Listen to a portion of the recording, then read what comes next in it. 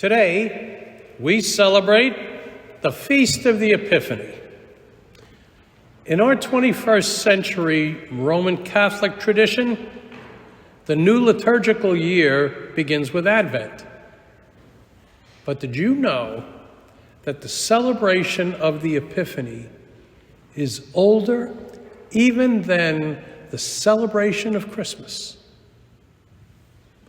And for some Christian churches, it is the Epiphany that begins the new church year.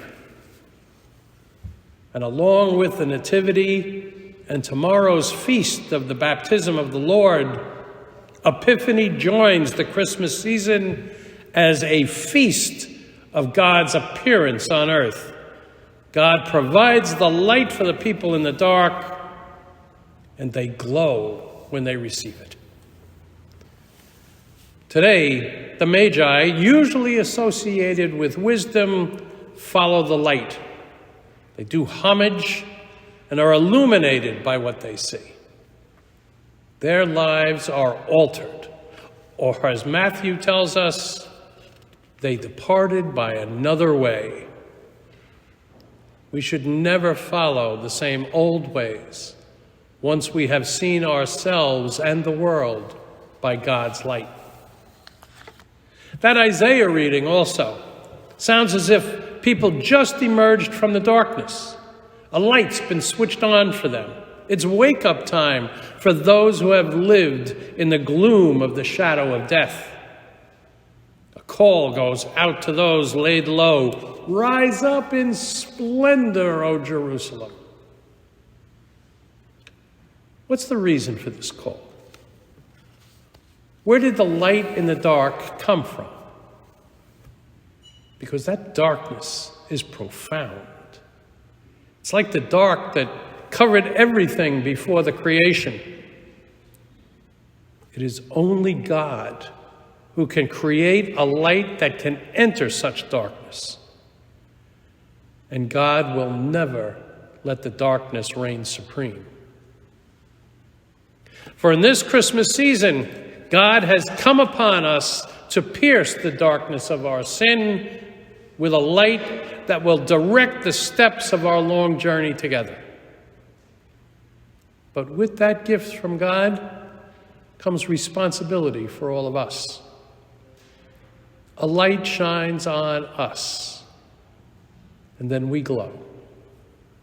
And then it is our responsibility to reflect God's light for others, so that they can see in the darkness.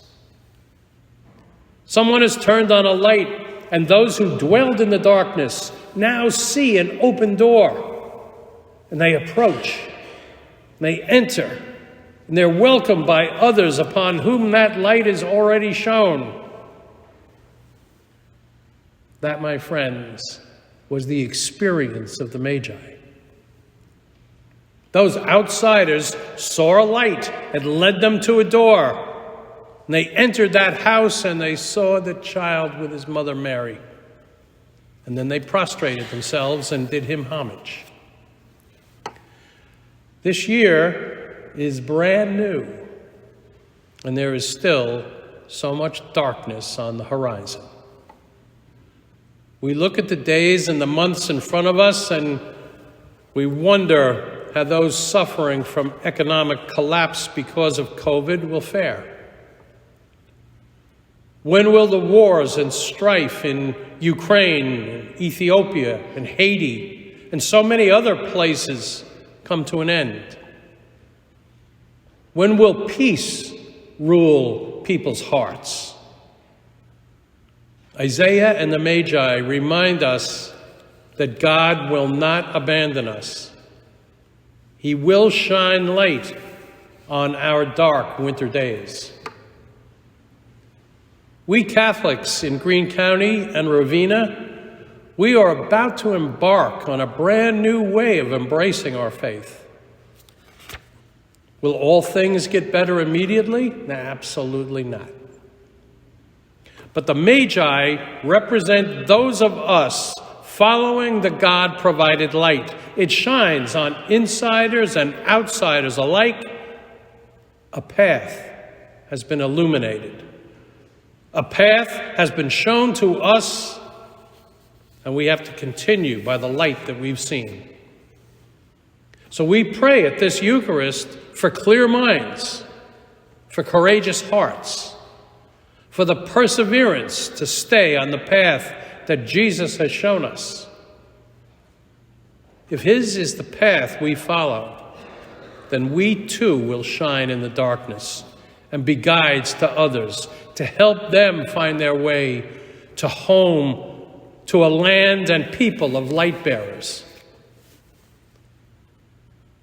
You know, the Magi, they did not unload their camels and dismiss their porters and then settle down in Bethlehem to continue paying homage to the Christ child.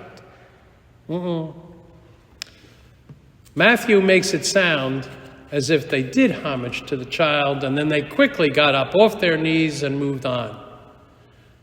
Maybe they went home to tell their family and friends about their journey and how the star guided them through the nights. We really don't know what changes discovering Jesus made in the Magi's lives. They would have to reflect on their experience and adjust their lives to what they saw and learned from their journey. And so do we. You know, you really can't see the stars when there's plenty of light. So maybe then we shouldn't be that terrified of the darkness in our world. Because if God is true to form, a light will appear in the dark to keep us on track as we all travel together. No one can tell us exactly what shape our Christian discipleship is going to take.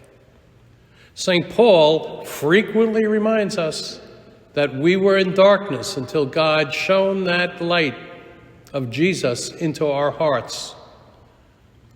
We make the faith journey to him, and now we all are traveling another way. These Christmas time stories may be about angelic visitations and pregnancy and birth, but Matthew today is also proposing a fuller gospel to us. The God of salvation is acting on our behalf, and we are invited to respond with lives that are transformed by grace. Already there are hints of both acceptance and rejection of the Christ. For you see, Epiphany is not the end of the season. It is just the beginning for us. What difference will what is shown to us today make in our lives? Will we accept the one who not only lies in the manger as a newborn, but also gets laid in a tomb after his crucifixion? And through this whole liturgical year, we're going to hear Jesus' preaching, we're going to observe his works, we'll follow him to his death, and then we're going to experience his resurrection. And my dear friends, this will be a year of many epiphanies for all of us. As we leave church in this crib scene today, we have confidence that no darkness we face can put out the light that burns in each of us. Remember Isaiah's promise. Then you shall be radiant at what you see, and your heart will throb and overflow. Shall we resolve to continually turn toward the light we've seen and bow down to worship and then carry that light again into the world? Like the Magi, let's kneel and do homage today to the eternal and holy one who comes to us in the form of a child, but then grows into adulthood to invite us to follow him, the light of the world.